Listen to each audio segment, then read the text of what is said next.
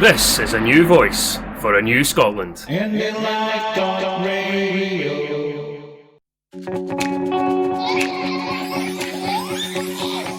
IndyPram, yes, IndyPram on IndyLive.Radio. IndyPram, yes, IndyPram on IndyLive.Radio. Welcome to the latest IndyPram podcast on Independence Live Radio, and my special guest this week is Bob Gallagher. Hello, Bob. Hey Ray, how you doing? Right, I'm good. Now, Bob, to introduce yourself to listeners, you wear two hats. You work for a local branch for your SNP, your officer within the local branch, but you're also pretty significant as far as world business is concerned and the telecommunications industry. Well, yes, it's true, Ray, and I do have two hats. I have two jobs. One of them is a day job, which is working for Orange, and my job for Orange is a senior manager for performance optimization of networks. And maybe we'll get into this a little bit more later. But my other job, which is unpaid, completely unpaid, and this is maybe a surprise to some people that people in the SNP don't get paid unless they're elected, and even if they're elected, they get the standard rates of pay as well. So it's a branch organizer for Strathty and Dunkeld, but I'm also in a tricky position where I live in a very small village in North Perthshire called Bankfoot, where the area changes when it's a Scottish election and then it's a general election. So today, I'm doing a little bit of work for Pete Wishart and trying to get him elected. And then again, this afternoon, I'm probably working a little bit for John Nicholson, trying to get him elected as SNP. Well, like yourself, I also live on a border between different regions, so I'm quite familiar with helping out from my position as vice convener and member of the campaign committee for my local branch. But we also help out about 4 other branches in the constituency and in another constituency as well. Yeah, well, actually, we're the same as well, because we have another branch down the road, SNP Stanley. And, they don't have the support that they might like. So, we're also giving them handers as well. And for the upcoming election, general election, you'll find us down in Perth as well. And in the past, you've found us in Pitlochry, Aberfeldy, Manady, Capooth, because I always pronounce that wrong. And Spitalfield and all sorts. So it's quite a rural district, and it's a really tough patch to cover, to be honest. Well, as we speak, this is the Wednesday. This is the first day of the actual election period. Indeed. And how geared up are you? Well, I'll tell you how geared up I am. Last night I was at an SNP meeting until 10 o'clock, discussing strategy and planning. But, I gave up. John Nicholson was meeting Nicola Sturgeon today in Alloa at 11:30. And I contacted you to say, would you prefer to interview John Nicholson rather than me?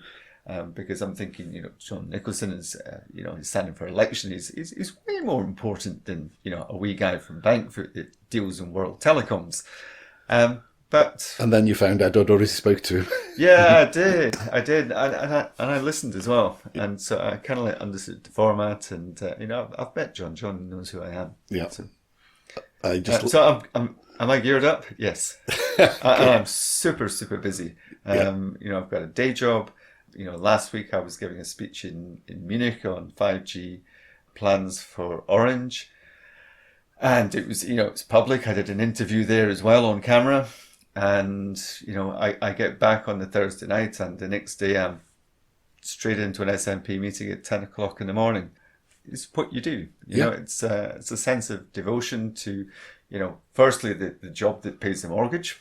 And then secondly, what drives your conscience for country and people. Right. What, could you give me an idea of what you do for within your work to give listeners an idea of your responsibilities?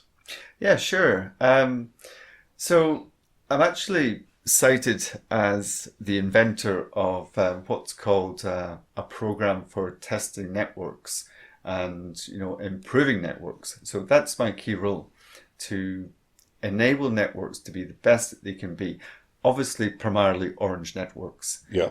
But there has been unintended consequences, and I've ended up not only improving the Orange networks, but I've ended up improving all the networks in all of Europe.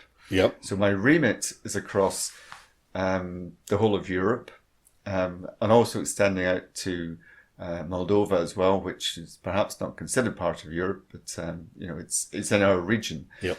A small country alongside Romania and Ukraine, correct? Yes, it is. Yes. It is. Mm-hmm. And with a little annex, which is a little bit Russian, called Transnistria. Yep. And I've been there loads of times, and I've got good Is that friends. not the country that has its own broadcasting system? It is indeed. Yeah. It is indeed. So, I mean, let me just roll off the countries that I'm currently working in, and there's others that I have worked in, which Orange has actually sold as businesses. So we've sold Orange Switzerland, so that's now called Salt. We've sold Orange Netherlands. We used to have an outfit in Denmark, I think, but currently, and we don't have one in the UK, because Orange doesn't exist in the UK. Right. Okay. But yeah, it's such a familiar name, so why is it not? Well, let's come back onto the countries in a minute, because I don't want to forget them. Yeah.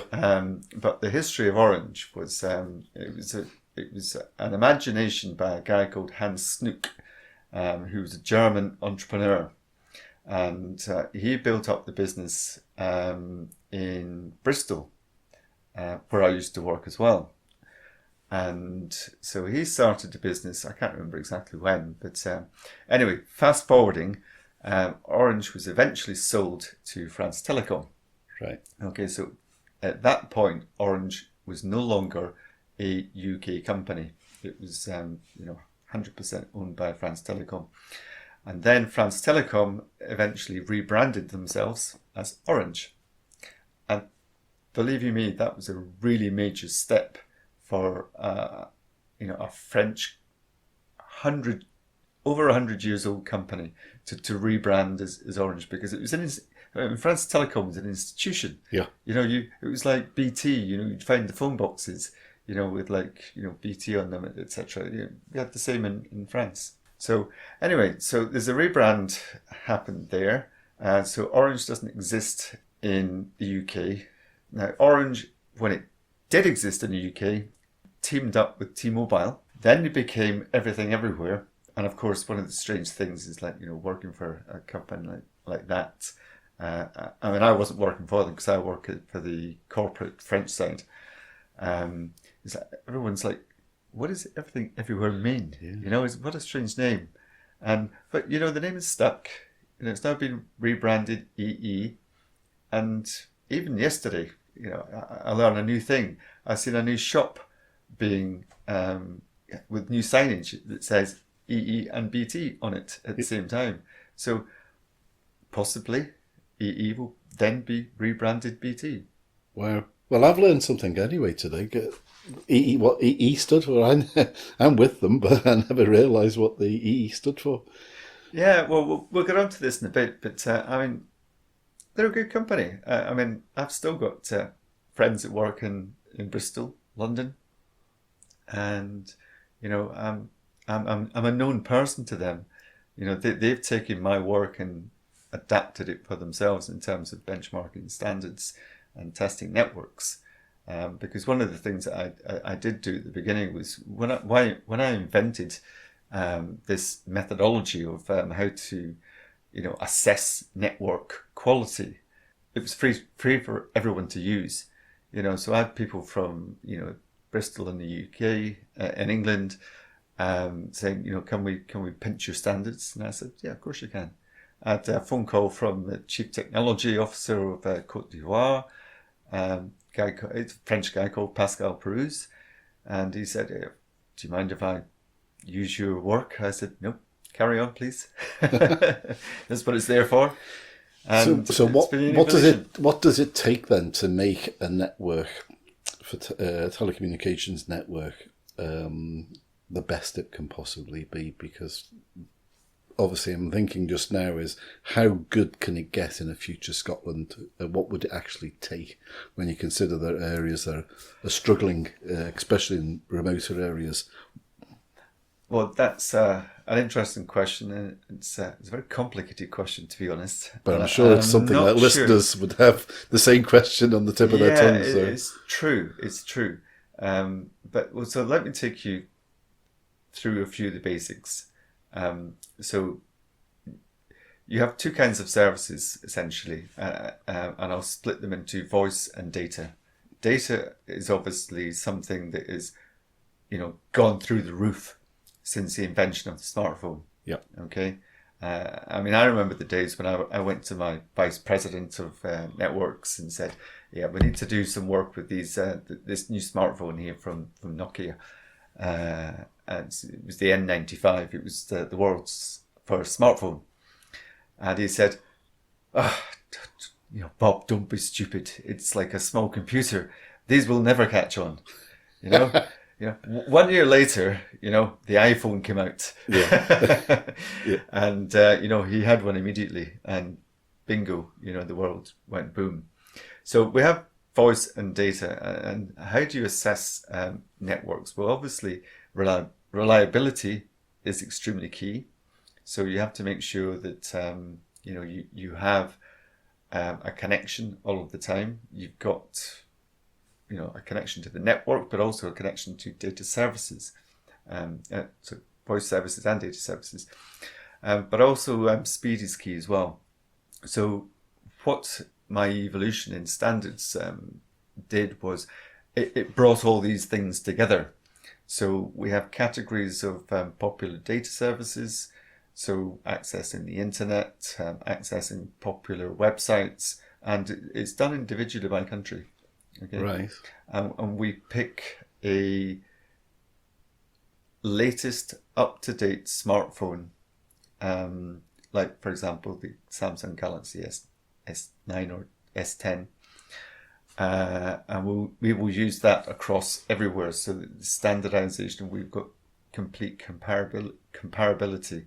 And, in terms of voice, just to come back to that, we obviously, assess the quality of voice speech quality as well.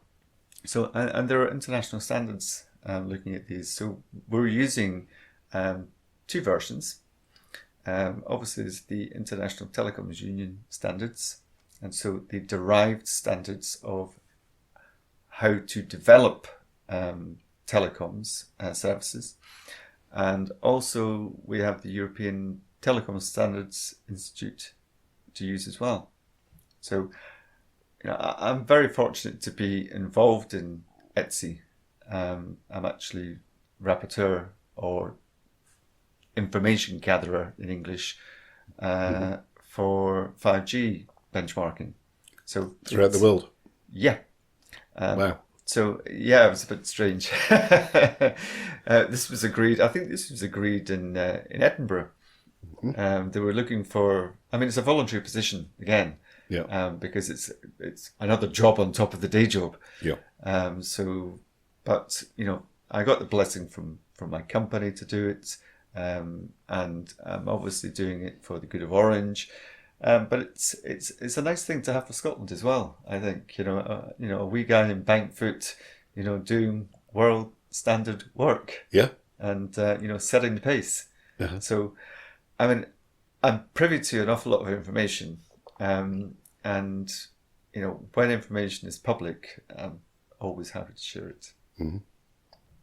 Yeah, because it was an interesting piece that was on TV I was watching the other day regarding GCHQ, and they were talking about how they, as an organisation, are streets ahead of what's available commercially as far as telecommunications is concerned. And I thought, well, everybody catches up at some point in time. Yeah, true. Because things will open up to the general market, and it's the same with space exploration as well. And bringing items which are found to be useful on space and then bringing them to a down to earth environment. Well, I think it's also about how much risk you want to take, Yeah. and if you want to be a leader. Uh-huh. So, as a business, and I'm not disclosing any secrets here, I don't think, or hope. But yesterday I picked up a Telecom's broadcast that says we've just launched 5G in Romania, and we tend to have policies of rolling out new technologies in different countries at a rate of pace which suits the market in that area.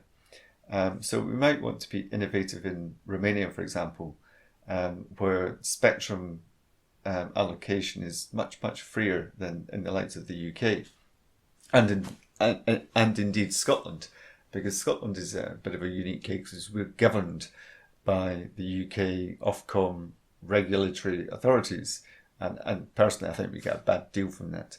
But in terms of what you want to roll out, our plans, which I made public in Munich last week, and I think were made public in August as well.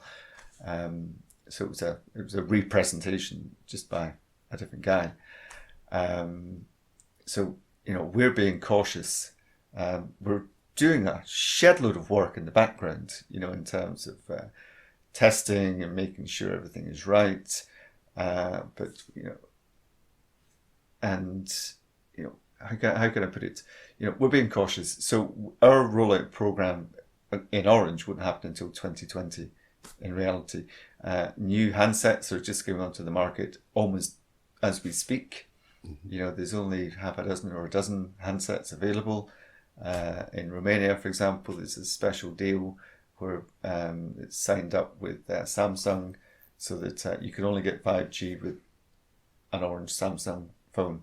Mm-hmm. So it's a win-win situation there for both companies. Mm-hmm. So this is public information, which you just have to look for and find it. What makes it more difficult? You were saying about it's more difficult in Scotland as regards spectrum and Ofcom.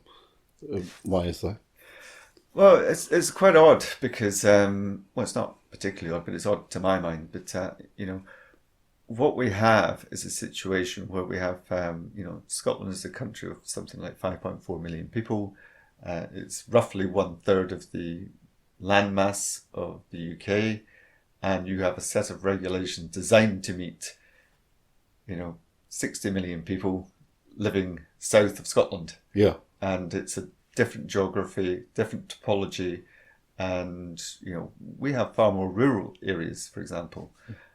So we have a set of rules being invoked by Ofcom, who are the regulatory authority, and who are the people that do the licensing and spectrum auctions and collect all the money from the operators, etc. So they're trying to please the masses down south, and we don't get a special deal up here at all. And for example, it's kind of like laws of physics. Lower frequencies travel further. Okay, so when frequencies are auctioned off and operators have to bid for them, there's competition because everyone wants the lower frequency. Mm-hmm. Okay, because it means that they have to build less sites. Yep. Because the signal travels further. Yep. Okay, this is one of the reasons why Orange, when it did exist in the UK, and EE now, because they own this frequency allocation. This is one of the reasons why Orange is or EE actually is one of the better companies in rural areas, because they have the lower frequencies. They bid for that license. They paid a lot of money for that license, but at the end of the day, it allows them to invest a little bit less in capital infrastructure because they don't have to build and maintain masts, base stations, and everything that goes with it. Mm-hmm. Well, looking at that point then, we're both working towards the route towards independence. Considering that frequency spectrum doesn't recognise borders, as an independent Scotland, how would you see the regulatory requirements being put in place in Scotland? Would it differ from Ofcom, or would you hope to see it differ in relation to the fact that spectrums, frequencies don't recognise borders, so that we could have a far superior telecommunication system here in the future?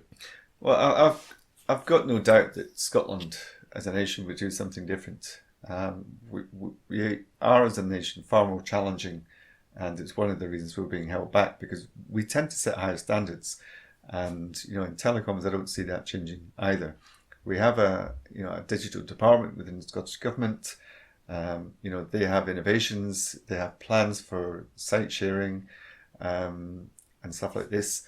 And, you get the likes of Luke Graham and Kirsten Hare, banging on about, what they're doing for the benefit of Scotland in the mobile industry. And it's just reusing, what Scotland has been discussing for maybe the last 8 years. Yeah. Certainly the last 4. Yeah. There's plans in place, there's ScotGov is talking to UK operators. Yeah. So, do I see things changing? Oh, for sure. Mm-hmm. This will be down to the Scottish Government, and you can look it up on the ScotGov website. You can see publicly, what their plans have been, are, and are now. Mm-hmm. The biggest thing I see is, because we set higher standards and higher expectations, and we have this difficult issue about topology and geography and covering rural areas. We have to kind of induce operators to cover these places, because it costs a lot of money. Mm-hmm. And mobile companies are businesses, and we're not going to put out cell sites in rural areas and lose a lot of money, without gaining it somewhere else. So, the trade-off is, how do you work this out? And, this is something that I presume, because I'm not in the loop, that ScotGov are and will be discussing with mobile operators. But in terms of, frequencies have no boundaries, I'll just give you an example of France and Belgium. They're two neighbouring countries. They have a barrier in between. It's called a border, and they have to manage this.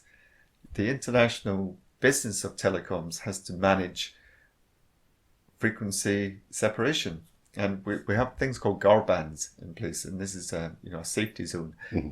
Meaning that there's no interference.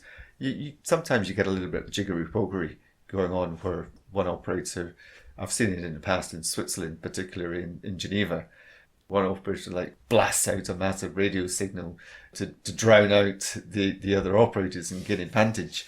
So, but those days they've changed. And what I've seen at this conference last week, it was actually, I'll do a wee plug for Roden Schwartz, who are an international testing organisation, and they produce equipment which enables me to do my job.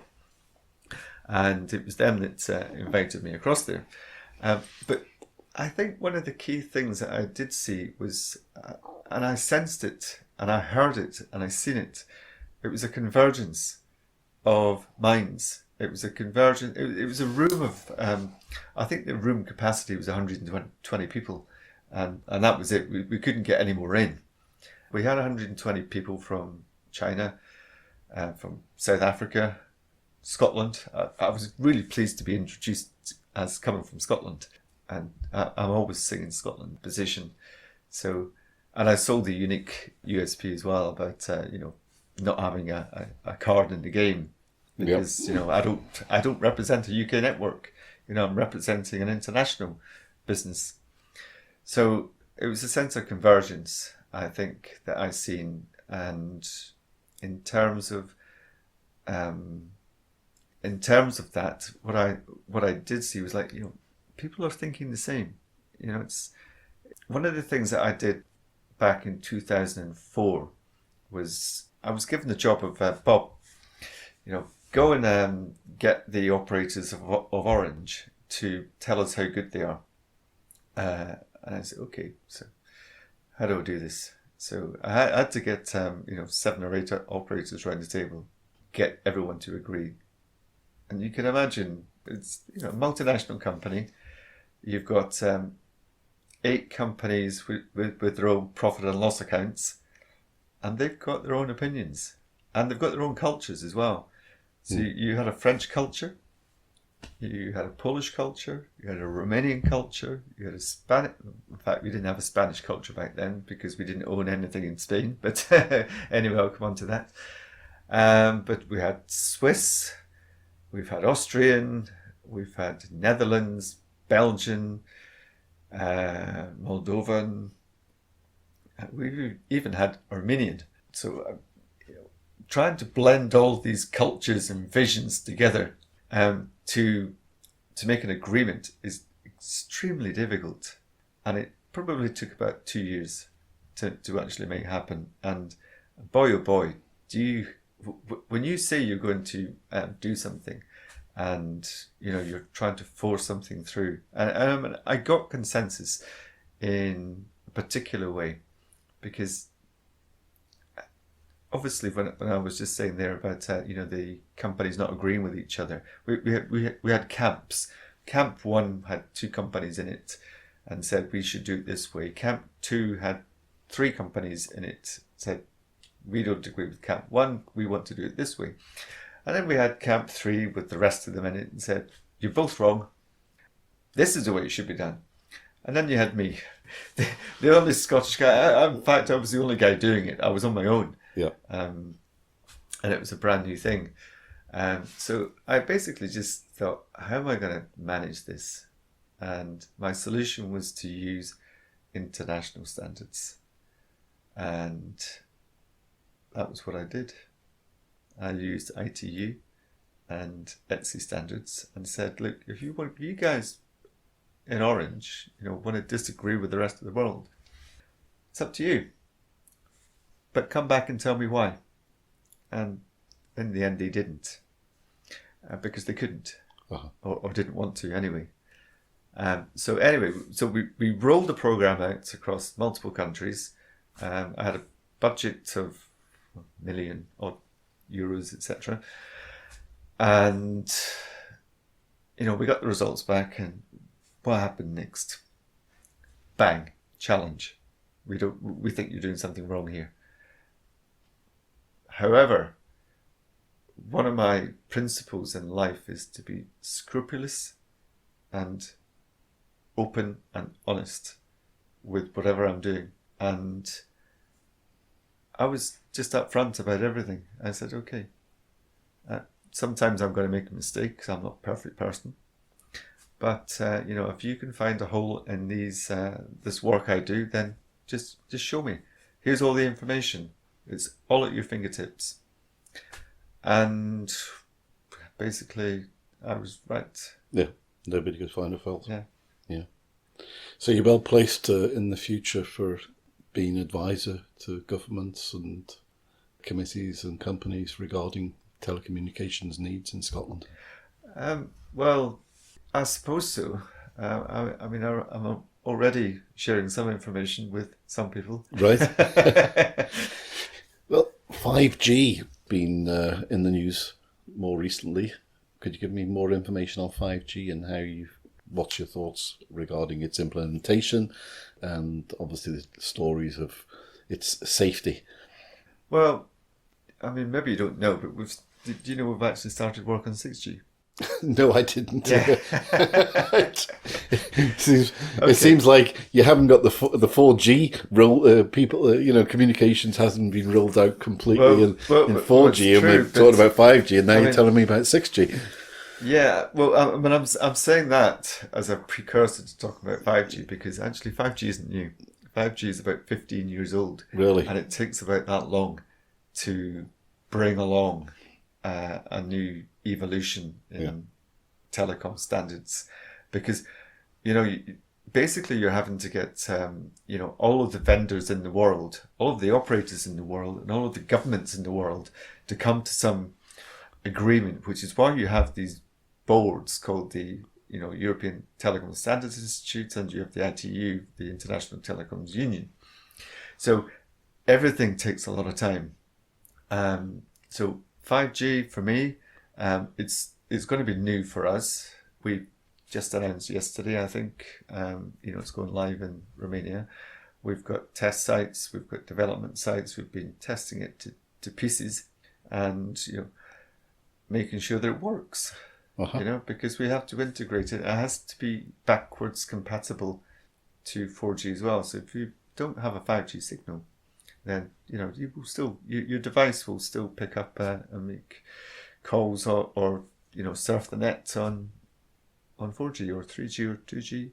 Mm-hmm. So what is the difference between 5G and 4G, for example? Well, the big difference is speed. Yeah. Okay, but that's the headline. Okay, the big difference really is about capacity. Yeah. Okay, so I'm going to give you an analogy here, and it's one that I've used for 4G, and I'll continue to use it for 5G. So speed is about how fast you can transmit data. Okay, capacity is, can you access the network? Can you get a good signal? Can you get that file downloaded that you want to? So if you transmit something faster, right, you're on and off the network quicker, which means you free up space for someone else to do that. So 5G is about speed, but it will provide a huge amount of extra capacity. Its rollout will centre on cities. I think in the UK it's Glasgow and Edinburgh. In Scotland it's Glasgow and Edinburgh that I can think of that's it's been done. In England I think it's obviously London, Bristol, Birmingham, Manchester. So why are people concerned about it? Scare stories. Yeah. Okay, so it's one of my favourite subjects actually, because we had it with 2G, we had it with 3G, we had it with 4G, and there's been no scientific evidence of any harm. Lots of tests have been done, and there's never been any proof found. You do get a lot of, especially with the internet and the speed that information can get out. There's a lot of scare stories about how dangerous 5G is, but we had the same with 4G. We had the same with 3G, and word of mouth and people doing blogs or podcasts even, putting fake information out there, or maybe not fake information, but information that they believe is true. Okay, so it's a belief rather than a scientific piece of evidence. So there is none. There is none in the United States. There's none in Europe. Governments have put some programs on hold, but they've been restarted. And Germany was one, for example, that I can think of off the top of my head. I think the same happened in Switzerland. But until scientific proof comes up and says it's dangerous, then it's unproven. But the simple fact is, from an operator's point of view, and maybe even an equipment provider's point of view, so like a company that makes base stations or antennas, like Andrews in Lochgelly, if they're still there. I haven't been down there for a while, or Nokia in Finland. We're actually not allowed to kill people. It's actually against the law. Yeah, and maybe one of the disappointing things for me is as a European citizen, we have this particular thing called the CE mark. And I, in a previous job, I actually used to be involved in CE testing. And, we used to make sure that any piece of electronic equipment didn't emit emissions which broke the standards set by the European Union to get the CE mark. And in fact, you can't actually sell anything without the CE mark. Everything has to be CE compliant. So if it's CE compliant, it means it's passed all the regulations, all the tests, and is fit for purpose in public life. So what's the problem? Right, is there a frequency difference then between 4G and 5G, which causes concern because it's closer into the microwave spectrum? Yes and no. Mm-hmm. Okay, at the moment, it depends on the country, and it depends on the auction process as well. So currently we're using 2.1 gig, 2.6 gig, and we're just moving into the 3.6, 3.8 areas. So it's the same kind of frequency band as you're currently using at the moment. So it's not a big change. There is a change in other countries where you're going to have to step up to 26 gig. So that has been thought of as some kind of concern because it's new. Okay, so the transformation from the 2.1, 2.8, 2.6 up to 3.6, 3.8 isn't a big change. It's broadly in the same thing as you've got at the moment. But jumping up to 26 is quite a staggering leap, and that's radiation. Well, it's not radiation itself. I mean, you've got. I mean, you've understood electronics. Yep. So electronics has P equals IV. Power equals current times volts. And it's power. Yep. So it's the emissions in power that are harmful. So you go to the hospital, for example, and you get X-rayed. That's a known quantity. And you don't get X-rayed every 10 minutes, and the bloke that's doing it or the woman that's doing it, they've got a vest on to protect them because they're being subjected to it all the time. So, in that kind of higher frequency band, I don't think you'll see it in the UK at all. Uh-huh. We've got capacity there for, the lower frequencies to be used. In fact, one of the new bands that's going to come out is going to be even lower than what we're currently using. It's the 700 megahertz band. Right. And what are the television frequencies? One of the low UHF. I think it was. I've looked at the frequency band spectrum, multiple times, and I've failed to memorize it all. Yeah. There's so much going on because you've got the military channels, you've got the police, ambulance, radio, TV. You've got space, satellite, astronomical stuff going on there, and it's just like, No, the point about when you mentioned about the X-rays, obviously that's something that is over and done within a second, and there are limitations. Whereas a telephone is on all the time and it's tracking wherever you are, obviously for your telephone, connectability. Your telephone isn't on all the time. Okay, your device, your handset, your whatever you want to call it, is talking to the network every now and again. Yep. And all it's doing is saying, I'm here. Mm-hmm. Yeah. And then when you make a phone call, obviously you're connected. Now, your phone will use the technology which is best suited. And what 5G will do is free up frequencies for 4G. So you will get a lot of reuse of frequencies as well. And, in reality, as a customer, you don't really need 5G. 4G does it. 4G over-delivers already.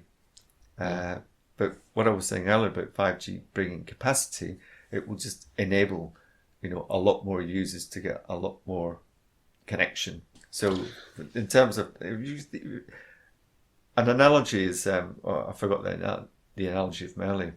In terms of speed, it's a bit like having a bath. Okay, and it's full of water, and you've got one plug hole. Okay, now water will drain through that plug hole when you pull the plug out at a known rate. So the difference between 4G and 3G, for example, might be you have 4 plug holes, and water will drain from the bath 4 times quicker than the old one. Okay. This is being oversimple. Yes. It's just to make it easy. The networks have got a series of pipes, and data goes down these pipes. And the more pipes you've got, the faster you can get data done. And it's a very complex world, and we've got 4 carrier aggregation. So your mobile phone can have like 4 antennas in it, and it can connect to 4 different frequencies at the same time. Right. How secure then? Because, for example, last weekend at the National Independence Rally at George Square, there was jamming going on. So some people were getting jammed when they were close to the stage, but as soon as they walked a little bit further away from the stage, it was fine. And then you have people like IndyCar Gordon Ross, his transmissions when he broadcasts from the car, getting jammed and causing a lot of interference. Other times it doesn't. But we found ourselves, even in Independence Live, having struggles. Sometimes it's because there's been, obviously Edinburgh, there was so many people at the rally, 200,000, very close in. There's a lot of people using the spectrum. So yes, there would be a problem, but it's the security side of things. How much secure is, or is it would have no change with 5G? Well, jammability. I don't think it's going to change the jammability side of things. I mean, to be connected to a network, you need to get a channel from the network, and the network only has so many channels available in particular sites. So, from here you can actually see the mobile site. It's about 1 kilometre from here. Yeah. Now it's on the A9. It is connected to 4G. And it is an EE site. It's also a BT site as well. An O2 site. So it's a little bit of site sharing going on up there as well. 2 different masts, but same area. Jamming will always be an issue, whatever you do. Yeah. And it's outside of our control. Yeah. The airwaves are a public space. It seems to be the independence movement that gets hit most of the time. To be honest, it's the first I've heard of it. I'm not surprised by it. But, you can perhaps think you're jammed when you just can't get a channel on the network because the network is busy. And when you've got so many people in the same place trying to do basically the same thing, take pictures and, tell their pals about what's going on. No, there was one particular case like the weekend where he literally just walked a few feet away and it was clear. Walk back in, block, back out, clear signal, back in, block. Well, there could be somebody there with a frequency generator designed to just like blast out. And it's what I was saying earlier about what was going on in Geneva. Yeah. Geneva's a very interesting place. Yes. Because when you land there, you basically, it's been a wee while now, but I think it was like you go left for Switzerland and you go right for France, coming out of departures. It depends on which customs channel you went down. Yeah. So you had basically some operators from France trying to blast out the Swiss side of things, and then you had the Swiss side trying to do the same. Yeah. But this is anecdotal evidence. Yes. I've never actually seen it in proof, but just what my Swiss colleagues were telling me. Yeah. Great. Well, Bob, it's been very interesting to hear about your work, and obviously for a future independent Scotland, we're looking forward to a superb jam-free communication system around Scotland. But thank you very much indeed for your time today. Well, thank you for coming all this way to a little place called Bankfoot. IndyPram,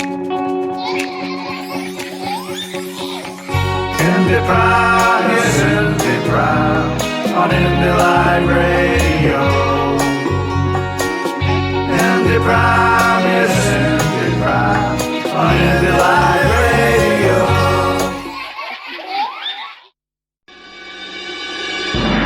This is a new voice for a new Scotland. IndyLive.Radio.